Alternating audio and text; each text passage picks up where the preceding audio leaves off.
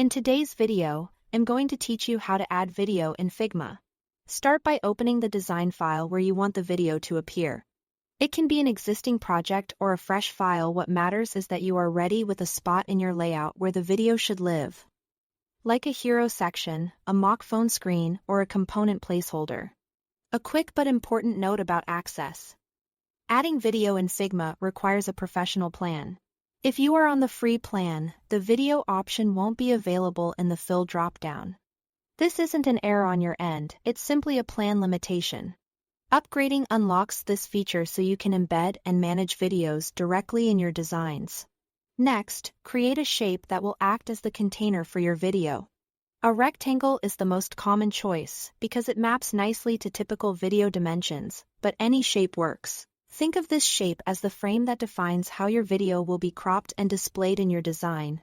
With the shape selected, look to the right sidebar and find the Fill section. Click the color swatch to open the fill controls.